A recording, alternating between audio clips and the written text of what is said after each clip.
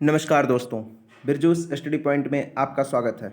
दोस्तों, भारतीय संविधान के अत्यंत महत्वपूर्ण संभावित प्रश्नों की सीरीज़ का ये वीडियो पार्ट 13 है। दोस्तों, इससे पहले हम लोगों ने 12 पार्ट ऑलरेडी कंप्लीट कर लिया है।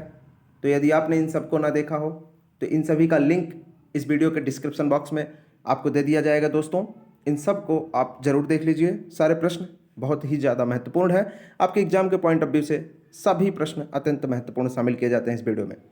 और दोस्तों, यदि आप हमारे चैनल पर पहली बार आ रहे हो या आप हमारे पुराने साथी हो और अभी तक आपने हमारे चैनल को सब्सक्राइब नहीं किया हो तो नीचे काले बटन में सब्सक्राइब लिखा होगा दोस्तों, उसको प्रेस जरूर कर दीजिए। चैनल को सब्सक्राइब करके जरूर रखिए और बेल आइकन को प्रेस कर दीजिए, जिससे हमारे सारे वीडियोज़ के नोटिफिकेशन सबसे पहले आपको प्राप्त हो और आपकी तैयारी बेस्ट हो सके। चलिए दोस्तों, वीडियो की शुरुआत करते हैं। पार्ट 13 में दोस्तों महाधिवक्ता और महान्यायवादी से संबंधित प्रश्नों को शामिल किया गया है। टॉपिक वाइज प्रैक्टिस चल रही है दोस्तों। पहला प्रश्न आज का। और दोस्तों, यदि प्रश्न पसंद आए या वीडियो अच्छे लगे तो अधिक से अधिक शेयर करिएगा। शेयर करने में आप लोग बहुत कंजूसी करते हैं दोस्तों। अधिक से अधिक मित्रों तक पहुंचाइए ताकि सबको लाभ हो सके और हमें भी इसका एक खुशी मिले, ताकि ऐसा लगे कि हाँ, अधिक से अधिक लोग जो है इसको अधिक से अधिक लोगों को ये लाभ मिल रहा है। हमारी मेहनत को कम से कम आप लोग इतना तो कर ही सकते हैं।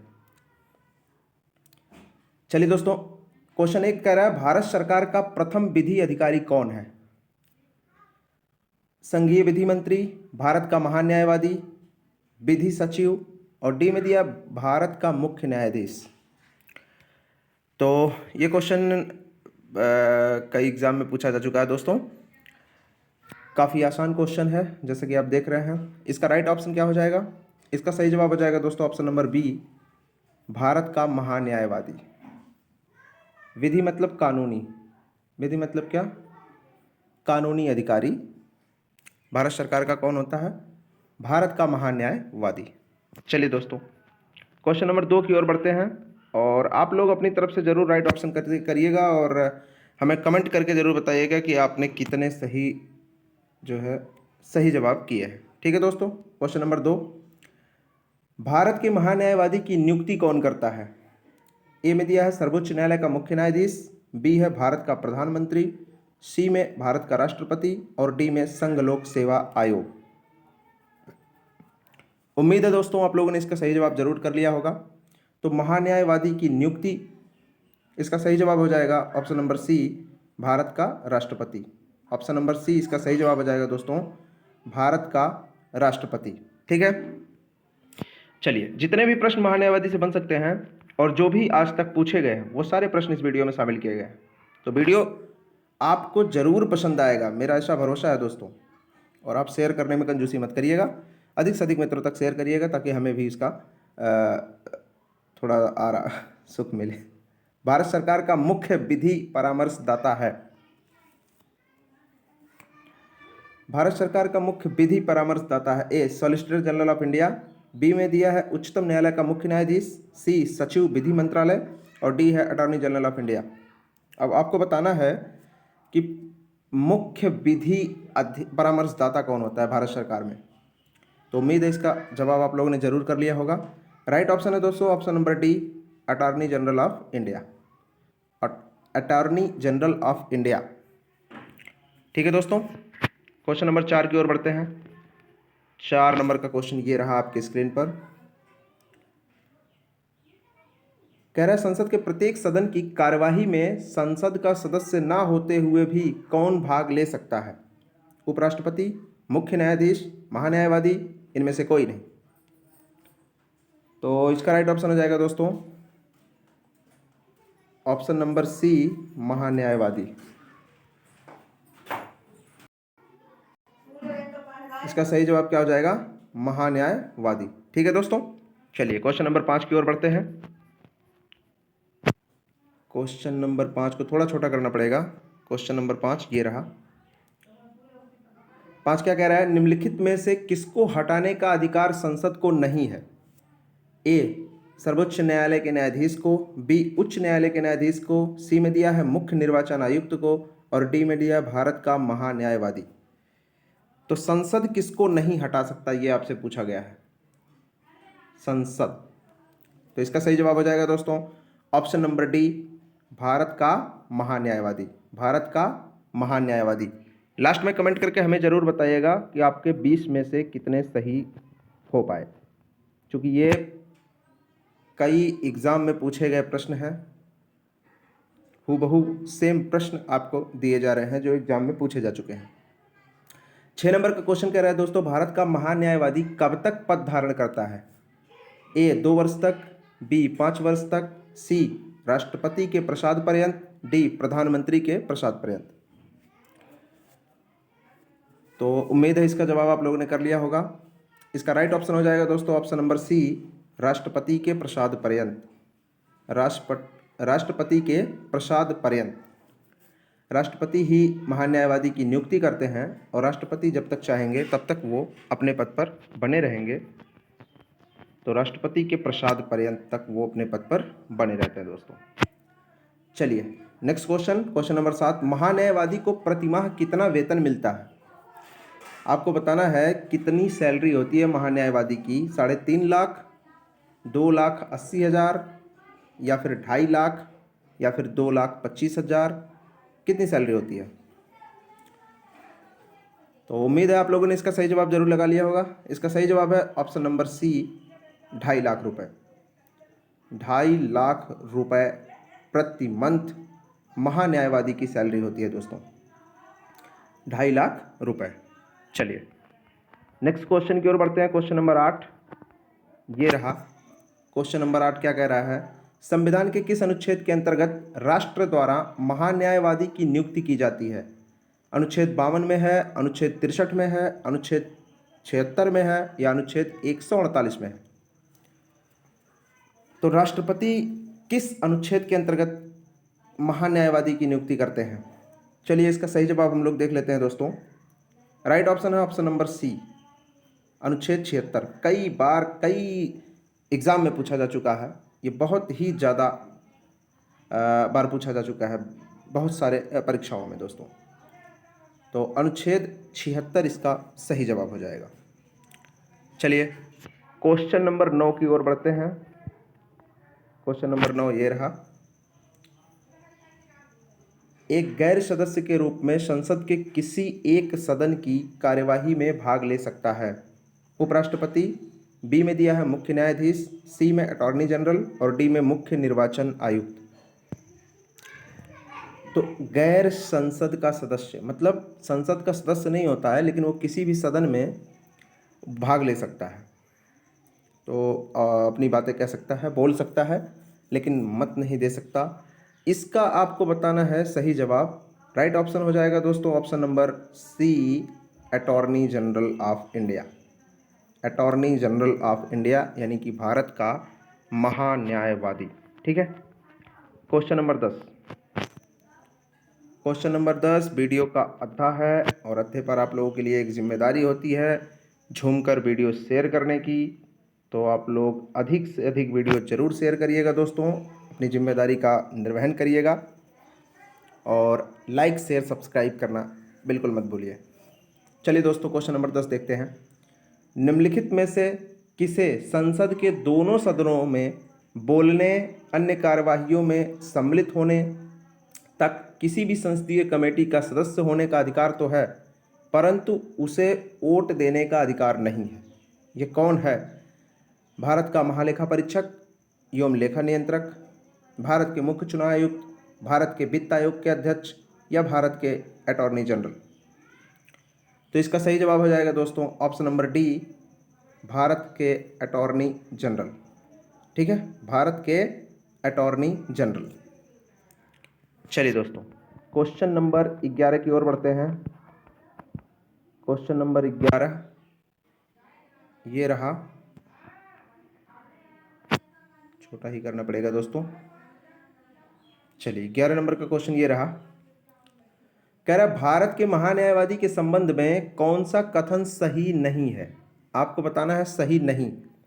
भारत सरकार का प्रथम विधि अधिकारी होता है।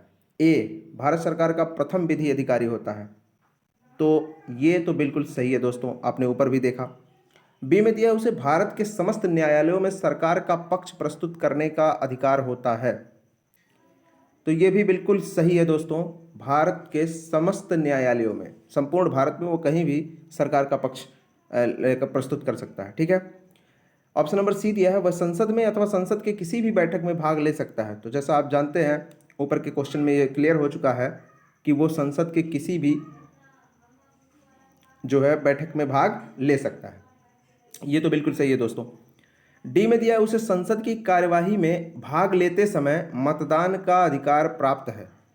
तो आपने देखा है कि संसद की कार्यवाही में वो भाग तो ले सकता है, यहाँ तक बात सही है, लेकिन मतदान नहीं कर सकता। तो यही एक सही जवाब हम लोगों का हो जाएगा। जो हम लोगों को नहीं ढूंढना था वो ऑप्शन नंबर डी में दिया है दोस्तों। तो इसका सही जवाब ऑप्शन नंबर डी हो जाएगा।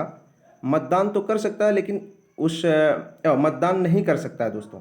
संसद की कार्यवाहियों में भाग तो ले सकता है पर मतदान नहीं कर सकता। इसका राइट ऑप्शन हो जाएगा। चलिए क्वेश्चन नंबर 12 की ओर बढ़ते हैं।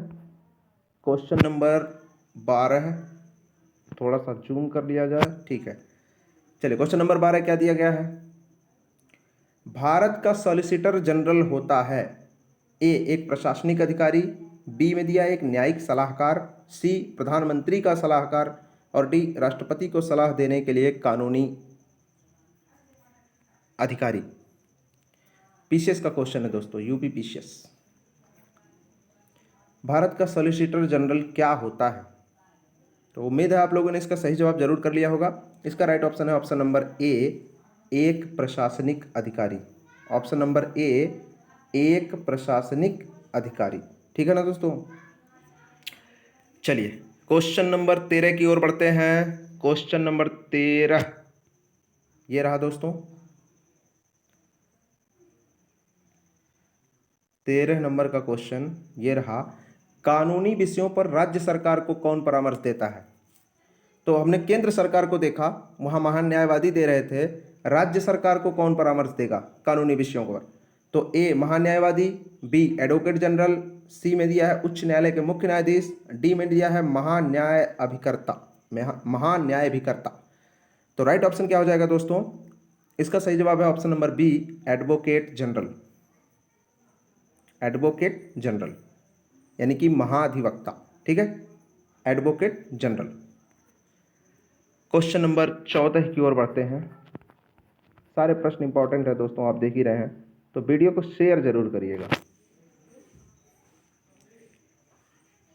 चलिए दोस्तों, प्रत्येक राज्य में महाधिवक्ता की नियुक्ति निम्नलिखित में से किसके द्वारा की जाती है। आपसे पूछ रहा है महाधिवक्ता की नियुक्ति कौन करे। तो आपने ऊपर देखा कि जो केंद्र में महान्यायवादी थे उनकी नियुक्ति किसने किया, राष्ट्रपति ने। तो राज्य में महाधिवक्ता की नियुक्ति कौन करेगा। उम्मीद है आप लोगों ने जरूर इसको समझ लिया होगा। ए राज्यपाल, बी राष्ट्रपति, उच्च न्यायालय के मुख्य न्यायाधीश, सर्वोच्च न्यायालय के मुख्य न्यायाधीश। आपको इसमें से छांटना है। तो इसका राइट ऑप्शन हो जाएगा दोस्तों ऑप्शन नंबर ए राज्यपाल। ऑप्शन नंबर ए राज्यपाल। ठीक है। चलिए, और जब ऐसे आप कंपैरिजन करके पढ़ेंगे तो चीज़ें आसान हो जाएंगी आपके समझने में। सेंटर में जो चीज़ें राष्ट्रपति करता है, मोस्टली चीज़ें राज्य में वही राज्यपाल को दी गई हैं। कुछ चीज़ें जो केंद्र की चीज़ें हैं उनको छोड़कर बाकी राज्य में मोस्टली चीज़ें राज्यपाल करता है। ठीक है दोस्तों।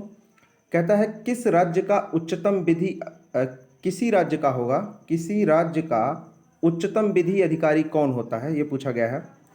ए दिया है attorney general, B advocate general, C है सॉलिसिटर जनरल और डी में विधि विभाग का महासचिव। तो इसका राइट ऑप्शन हो जाएगा दोस्तों option number B advocate general. Option number B advocate general ये राज्य का उच्चतम विधि अधिकारी है। और अगर आपसे केंद्र में पूछेगा तो अटॉर्नी जनरल हो जाएगा। ठीक है, केंद्र में अटॉर्नी जनरल और राज्य में एडवोकेट।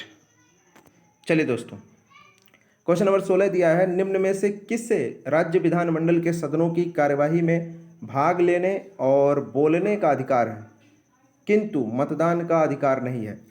सेम चीज़ हमने संसद में पढ़ा, अब राज्य के विधानमंडल की बात चल रही है।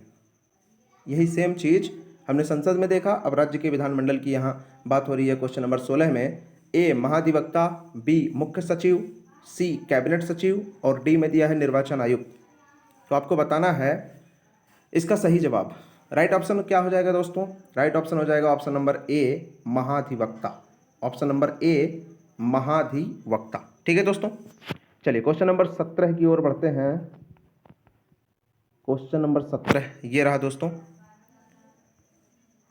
मुख्य सतर्कता आयुक्त की नियुक्ति कौन करता है? मुख्य सतर्कता आयुक्त की नियुक्ति कौन करता है? ए राष्ट्रपति, बी प्रधानमंत्री, सी मुख्यमंत्री और डी राज्यपाल। मुख्य सतर्कता आयुक्त की नियुक्ति कौन करता है दोस्तों? राइट ऑप्शन है ऑप्शन नंबर ए, राष्ट्रपति। ऑप्शन नंबर ए, राष्ट्रपति। दोस्तों संथानम समिति की रिपोर्ट पर, संथानम समिति बनाई गई थी, उसकी रिपोर्ट पर यह मुख्य सतर्कता आयुक्त जो है 1964 में इसकी स्थापना की गई है। 1964 में इसकी स्थापना की गई थी। भ्रष्टाचार के रोक के लिए, भ्रष्टाचार का पता लगाने के लिए यह संस्था कार्य करती है दोस्तों। ठीक है, चलिए क्वेश्चन नंबर 18 की ओर बढ़ते हैं। ये रहा क्वेश्चन नंबर 18। जिला कलेक्टर किस अधिकारी के अधीनस्थ कार्य करते हैं? जिला कलेक्टर आपसे पूछा गया है, किस अधिकारी के अधीनस्थ कार्य करते हैं? मुख्य सचिव के, प्रभारी सचिव के, संभागायुक्त के या उपरोक्त में से कोई नहीं? तो ध्यान से इस क्वेश्चन को लगाइएगा दोस्तों, वरना झटका देगा आपको। चलिए सही जवाब की ओर हम लोग बढ़ते हैं। इसका सही जवाब हो जाएगा दोस्तों ऑप्शन नंबर सी, संभागायुक्त। ऑप्शन नंबर सी, संभागायुक्त, यानी संभाग का जो आयुक्त होता है उसके अंडर में ये जिला कलेक्टर कार्य करते हैं। चलिए क्वेश्चन नंबर 19, इसके बाद एक क्वेश्चन और आपके लिए रह जाएगा दोस्तों। क्वेश्चन नंबर 19 ये रहा।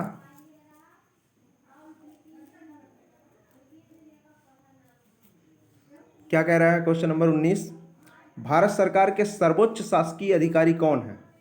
ए दिल्ली के उपराज्यपाल, बी भारत के रक्षा सचिव, सी में दिया भारत के मंत्रिमंडलीय सचिव और डी में दिया भारत के प्रधानमंत्री के मुख्य सचिव। तो आपसे पूछा है कि भारत का जो सर्वोच्च शासकीय अधिकारी है ना, वो कौन होता है? राइट ऑप्शन है दोस्तों ऑप्शन नंबर सी, भारत के मंत्रिमंडलीय सचिव। भारत के मंत्रिमंडलीय सचिव, पूरे मंत्रिमंडल के जो सचिव होंगे वही भारत के सर्वोच्च शासकीय अधिकारी होते हैं। ठीक है दोस्तों, ऑप्शन नंबर सी इसका राइट ऑप्शन है। चलिए आखिरी क्वेश्चन की ओर बढ़ते हैं, क्वेश्चन नंबर 20, और देख लेते हैं क्या दिया गया है क्वेश्चन नंबर 20 में। यह रहा, संविधान के किस अनुच्छेद में एडवोकेट जनरल के विषय में प्रावधान किया गया है? एडवोकेट जनरल यानी कि राज्य का जो महाधिवक्ता होता है वो संविधान के किस अनुच्छेद में है? अनुच्छेद 164, अनुच्छेद 163, अनुच्छेद 165, अनुच्छेद 166। तो जैसा कि आप जानते हैं कि अनुच्छेद 163 राज्यपाल की सहायता के लिए, राज्यपाल की सहायता के लिए राज्य में मंत्रिपरिषद की बात करता है और उसके शीर्ष पर मुख्यमंत्री होगा, यह कहा गया है अनुच्छेद 163 में। अनुच्छेद 164 राज्य के अन्य मंत्रियों के विषय में बताया गया है इसमें, और अनुच्छेद 165 आपका सही जवाब हो जाएगा दोस्तों, एडवोकेट जनरल के बारे में इसमें बताया गया है, यानी राज्य के महाधिवक्ता के बारे में। इसका सही जवाब क्या हो जाएगा? ऑप्शन नंबर सी, अनुच्छेद 165। तो मुझे उम्मीद है दोस्तों वीडियो जरूर आपको पसंद आया होगा। वीडियो पसंद आए दोस्तों तो अधिक से अधिक शेयर जरूर करिएगा, और ब्रिजूस स्टडी पॉइंट के टेलीग्राम चैनल से जुड़ने के लिए नीचे लिंक दिया गया है डिस्क्रिप्शन बॉक्स में, आप वहां से जाकर जुड़ जाइए, और ब्रिजूस स्टडी पॉइंट के यूट्यूब चैनल को सब्सक्राइब करके जरूर रखिए दोस्तों। चलिए दोस्तों मिलेंगे हम लोग अब नेक्स्ट क्लास में, तब तक के लिए आपका दिन शुभ हो। जय हिंद दोस्तों।